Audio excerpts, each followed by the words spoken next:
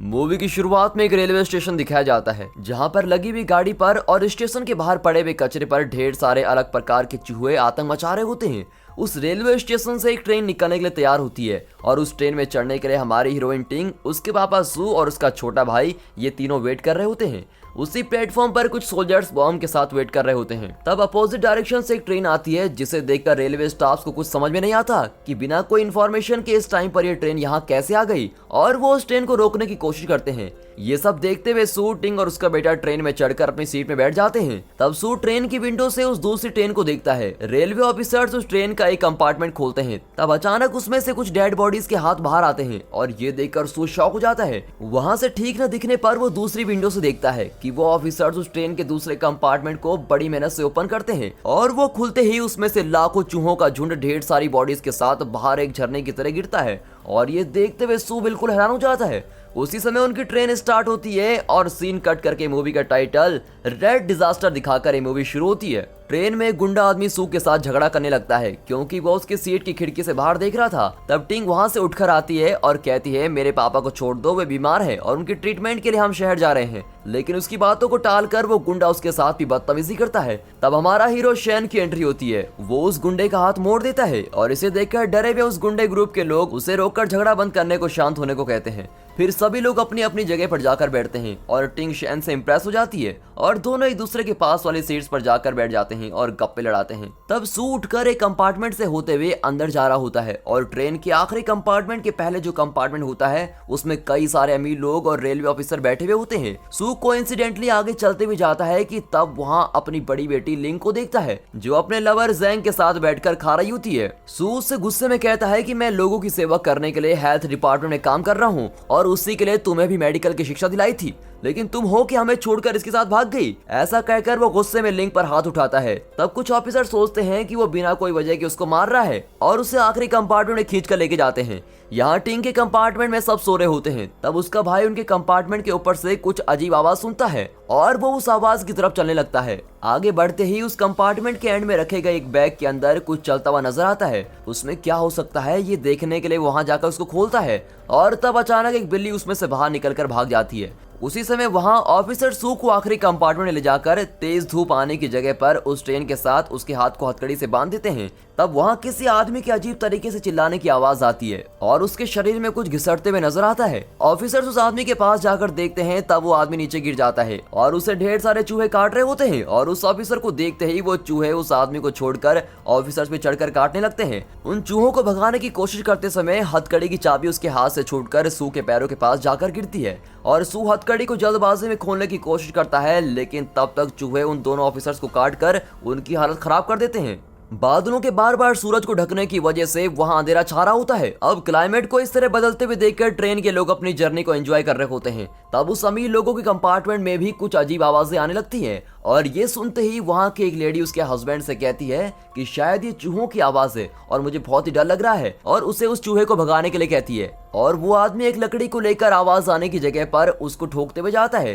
तब एक लाइट में से आवाज आने के कारण उस लाइट पर लकड़ी से मारता है और तभी वहां पर एक खड्डा बनकर उसमें से ढेर सारे चूहे झरने की तरह उन लोगों के ऊपर गिरते हैं और उन्हें काटने लगते हैं। ये देखते ही बाकी के लोग घबराकर उस कंपार्टमेंट से बाहर आने लगते हैं। जैंग लिंग का हाथ पकड़कर उसे खींचते हुए बाहर ले जाता है, लेकिन लिंग कहती है मेरे पापा आखिरी कंपार्टमेंट में है और मुझे उन्हें बचाना है, लेकिन जैंग उसे मना करते हुए उसे खींचकर बाहर ले जाता है। सभी लोग एक एक कंपार्टमेंट क्रॉस करते हुए आगे बढ़ते रहते हैं। कुछ कंपार्टमेंट्स में लोग सो रहे होते हैं और कुछ कंपार्टमेंट्स के लोग इन्हें देखकर सोच रहे होते हैं कि ये ऐसे क्यों भाग रहे हैं। अब टिंग के कंपार्टमेंट को क्रॉस करते समय टिंग लिंग को देखकर उसे पुकारती है, लेकिन जैंग उसे बात करने से मना कर देता है और खींचकर लेके जा रहा होता है। यहाँ सू अपनी हथकड़ी खोलकर बाहर आकर अमीर लोगों के कंपार्टमेंट में ढेर सारे चूहों को मिलकर हल्ला मचाते हुए देखकर हैरान हो जाता है। वो किसी तरह से सीट के ऊपर चढ़कर जंप करते हुए उस कंपार्टमेंट के बाहर जाकर दरवाजा बंद कर देता है। फिर वो अपने कंपार्टमेंट में जाकर अपने बच्चों को देखता है। टिंग उसे कहती है मैंने लिंग को देखा था मगर मुझसे कुछ बात किए बिना वो जल्दी जल्दी में कहीं भाग कर जा रही थी। तब सू कहता है कि वो सभी लोग कुछ चूहों से डरकर भाग रहे हैं और हमें ढेर सारे चूहे फॉलो करते हुए आ रहे हैं, चलो हम भी यहाँ से निकलते हैं। लेकिन वहाँ के लोग कहते हैं कि चूहों से डरकर कोई भागता है क्या, और उसका मजाक उड़ाते हैं। लेकिन शैन और टिंग सू की इन बातों को विश्वास करते हुए उसके साथ जाते हैं। अब उसके जाने के कुछ समय बाद ही अचानक उस कंपार्टमेंट में लाखों चूहे आ गिरते हैं और वहां के लोगों को काट काट कर उनका बुरा हाल मचा देते हैं। सभी अमीर लोग भागकर इंजन से सेकंड कंपार्टमेंट में आते ही ज़ैंग के पापा उस डिब्बे के दरवाजे को बंद कर देते हैं। तब लिंग रोते हुए मेरी फैमिली के लोग वहां फंस गए हैं, प्लीज दरवाजा खोल दो कहकर रिक्वेस्ट करती है। लेकिन वो कहते हैं कि अगर हम उन्हें बचाने जाएंगे तो हम खुद भी मर जाएंगे, और वो दरवाजा खोलने से मना कर देते हैं। और इतना ही नहीं बल्कि वो ज़ैंग से उस तीसरे कंपार्टमेंट को ट्रेन से अलग करने को कहते हैं। अब लिंग का रोना और चिल्लाना देखकर ज़ैंग को बहुत ही बुरा लगता है, लेकिन और कोई रास्ता भी नहीं होता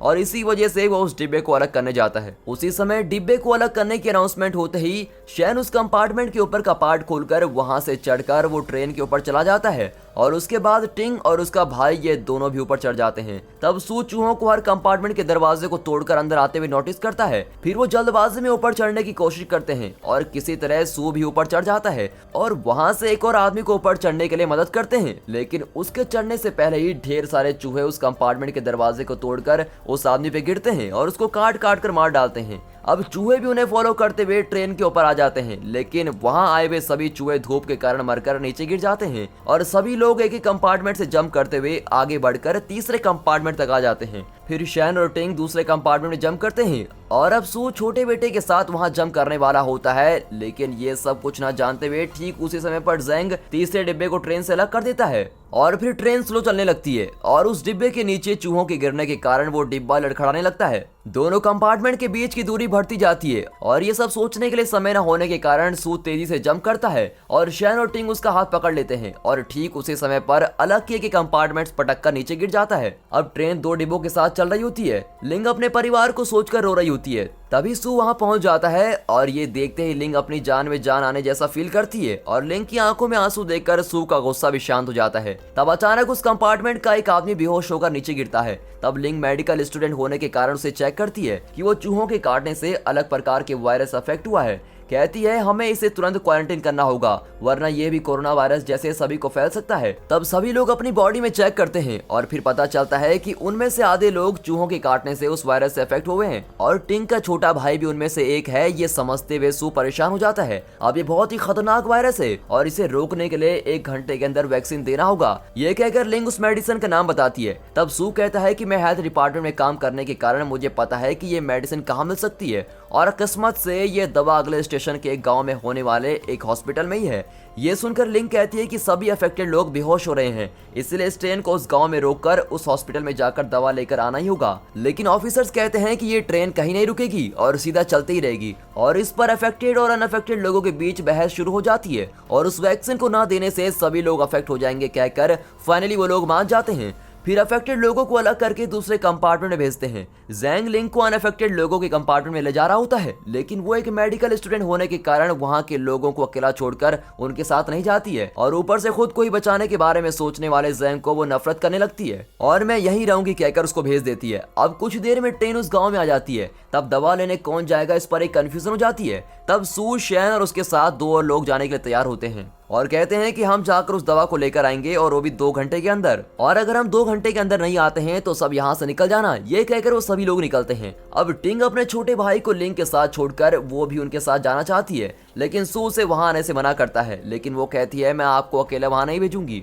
मैं भी आपके साथ चलूंगी, और ये कहकर वो जिद करने लगती है और फिर किसी तरह सू को मना लेती है और वो भी उनके साथ चली जाती है। अब वो लोग उस शांत और खाली गांव में चल रहे होते हैं जहां एक भी इंसान नजर नहीं आता और बड़ी तेज धूप भी गिरती है। वहां एक घर में 3 लोगों को फांसी लगाकर मरा हुआ देखकर वो लोग हैरान हो जाते हैं। अब आगे बढ़ते ही एक रास्ते पर हजारों लोगों की डेड बॉडीज को देखते ही सू घबरा जाता है। अब और कोई रास्ता न होने के कारण उन डेड बॉडीज में से ही आगे चलना होगा, ये कहकर वो सभी लोग डिसाइड करते हैं और उन डेड बॉडीज और खून के ऊपर पैर रखकर चलने लगते हैं। मरे हुए उन सभी लोगों के शरीर में भी उन्हें उस वायरस से होने वाले घाव नजर आते हैं। अब आगे बढ़ते हुए दूसरे रास्ते में देखते हैं कि वहां लाखों चूहे गुच्छों में चल रहे होते हैं और उसी रास्ते के एंड में वो उस हॉस्पिटल को देखते हैं। वो चूहे तेज धूप में नहीं आ पाते, इसलिए वो एक छाया वाली जगह पे रहते हैं। अब इस बात को समझकर वो लोग वहां से एक पाइप को पकड़कर धूप में ऊपर से चलने लगते हैं। उसी समय अचानक बादल चलने लगते हैं और वो लोग घबरा जाते हैं और उन्होंने जैसा सोचा होता है ठीक वैसे ही धूप जाकर वहां अंधेरा होते ही सारे चूहे उस पाइप के ऊपर चढ़ने लगते हैं वो भी तेज रफ्तार में आगे बढ़ते हैं, लेकिन उनमें से एक आदमी पाइप टूटने से नीचे चूहों के बीच गिर जाता है और उनका शिकार बन जाता है। यहाँ ट्रेन के दरवाजे पर ठोकने की आवाज आने के कारण सभी लोग फिर से चूहों के वहां आने के शक से घबरा जाते हैं और एक आदमी दरवाजे के पास जाकर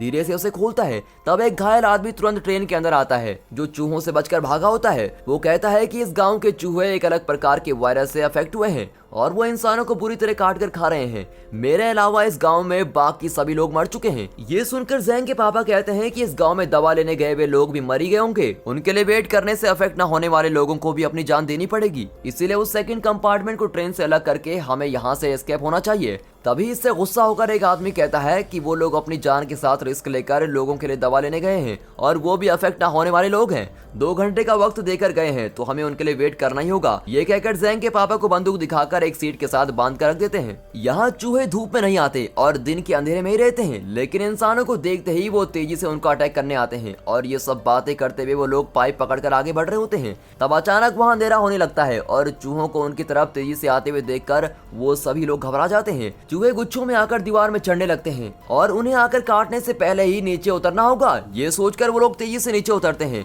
और नीचे उतरने की कोशिश करते समय शैन के पैर पर गहरी चोट आ जाती है। फिर किसी तरह वो हॉस्पिटल के अंदर जाकर दरवाजा बंद कर देते हैं और शैन हॉस्पिटल के बाहर एक बॉम्ब फेंकता है, इससे कई चूहे मर जाते हैं। फिर वो अंदर जाकर देखते हैं कि वहाँ बिल्कुल अंधेरा है। सभी लोग दिया जलाकर अपने हाथ में रखते हुए आगे बढ़ते हैं। तभी अचानक एक आदमी आकर उन्हें अटैक करता है। तब वो उससे कहते हैं कि हम रेलवे स्टेशन से आए हुए हैं, ट्रेन में कुछ लोगों को चूहों के काटने से वो वायरस अफेक्ट हुए हैं और हम उनके लिए दवा लेने आए हैं। तब वो आदमी सरप्राइज होते हुए पूछता है क्या इस वायरस के लिए दवाई भी बनी है। तब वो उसे कहते हैं कि दवाई है और हम उस दवाई को लेने ही यहाँ आए हैं। और वो आदमी उनसे कहता है कि मुझे पता है कि यहाँ सभी दवाओं को कहाँ रखा गया है क्योंकि मैं इस वेयर हाउस का मैनेजर हूँ। ये कहकर उन्हें दवा होने वाली जगह पर लेके जाता है। जाने से पहले वो वायरस अफेक्टेड हुई उसकी बीवी और बेटे को कहता है इसका इलाज के लिए एक दवा है और मैं उसको लेकर आता हूँ, तब तक तुम दोनों इस रोशनी में ही बैठे रहना क्योंकि चूहे इस रोशनी में नहीं आ सकते।